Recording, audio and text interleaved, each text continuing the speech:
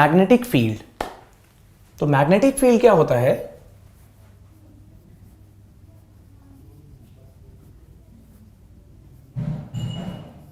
बच्चों, एक मैग्नेट के चारों तरफ वो इमेजिनरी स्पेस जिसके अंदर उसका मैग्नेटिक इंफ्लुएंस एक्सपीरियंस किया जा सके, हम उसे मैग्नेटिक फील्ड बोलते हैं। थ्योरेटिकली वो इंफिनिटी तक एग्जिस्ट करता है, थ्योरेटिकली वो इंफिनिटी तक होता है, बट प्रैक्टिकली कुछ डिस्टेंस के बाद लोहे का पीस मैग्नेट से अट्रैक्ट नहीं होता। ठीक है, तो मैग्नेटिक फील्ड क्या बोलेंगे हम? It is the space around a magnet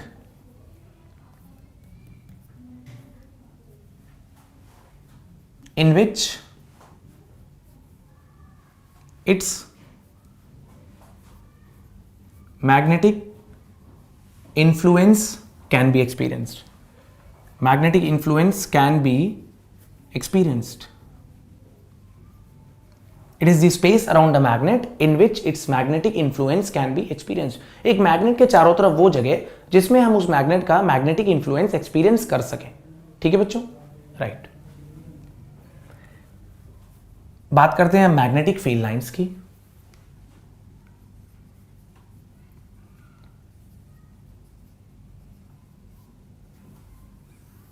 ये इमेजिनरी कर्व लाइंस होती हैं, these are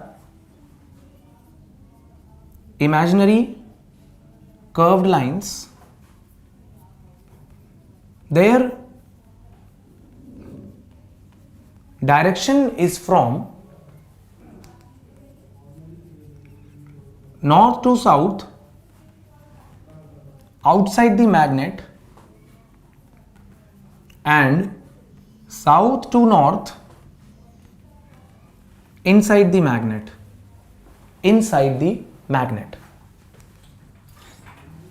such that tangent to them at any point gives the direction of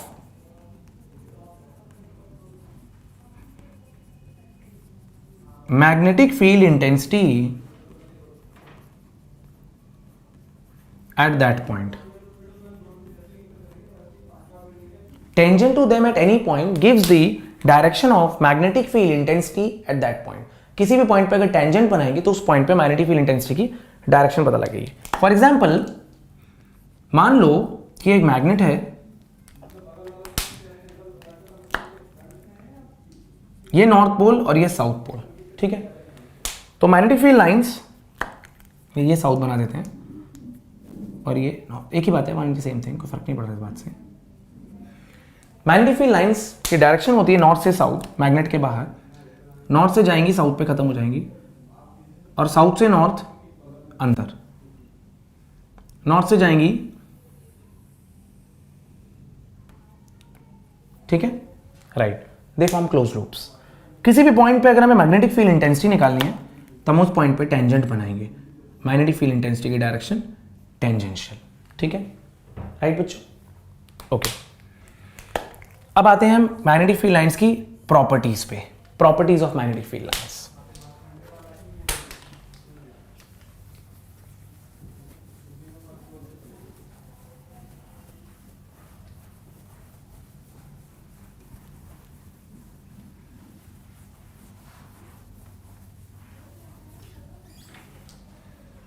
next we है बच्चों properties of magnetic field lines.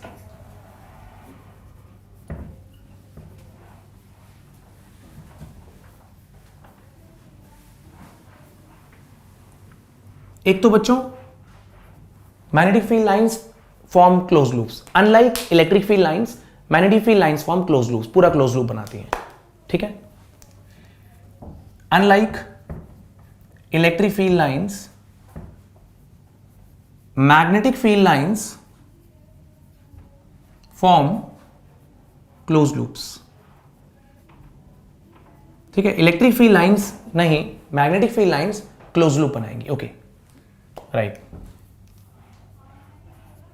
उसके बाद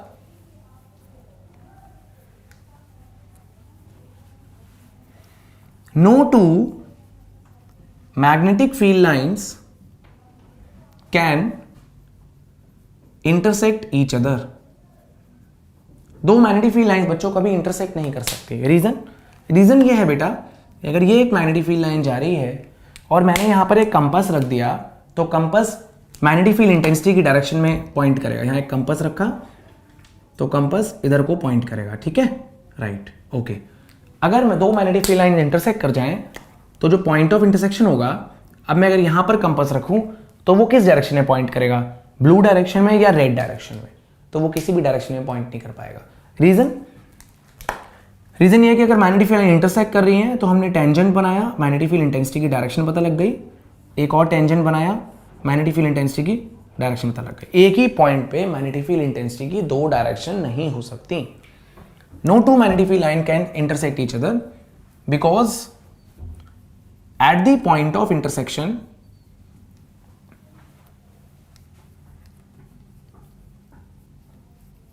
we can draw two tangents, which means two directions of magnetic field intensity at the same point,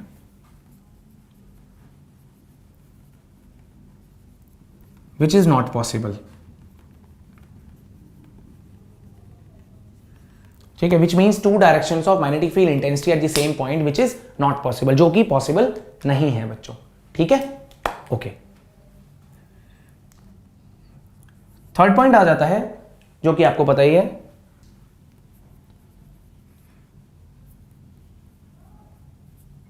the direction is from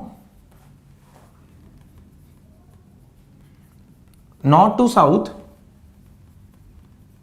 outside the magnet and south to north inside the magnet. The direction is from north to south outside the magnet and south to north inside the magnet. उनकी direction north से south होती है magnet के बाहर और south से north होती है मैग्नेट के अंदर, ओके।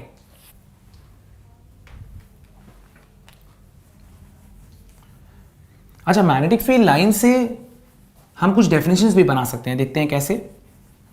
इन्हीं की प्रॉपर्टी में मान सकते हैं चाहे हम।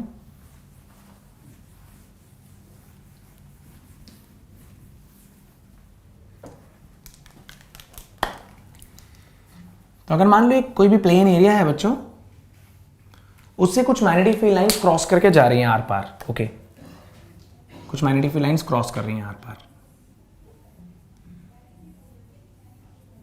ये मैग्नेटिक फील्ड लाइंस हो गई। उसके परपेंडिकुलर हमने एक वेक्टर बना दिया एन कैप,